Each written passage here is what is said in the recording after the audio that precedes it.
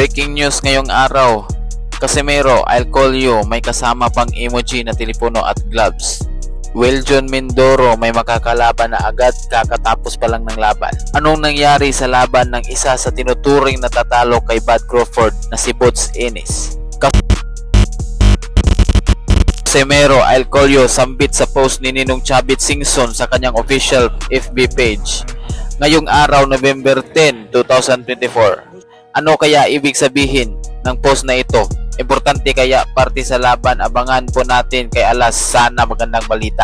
Napabalitaang nagkita si Chavit Singson at si Cuadro Alas. Marami ang nagulantang, lalo na yung mga haters ni Cuadro Alas. So abangan na lang natin. Wiljon Mindoro, bakit may laban na agad sa December? Yan ang kumakalat ngayon sa mga post ng social media sa FB.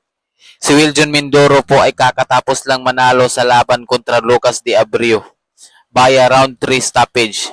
Ngayon po si Wiljon ay umabanti sa record na 13 wins, 13 KO, 0 loss at 1 draw.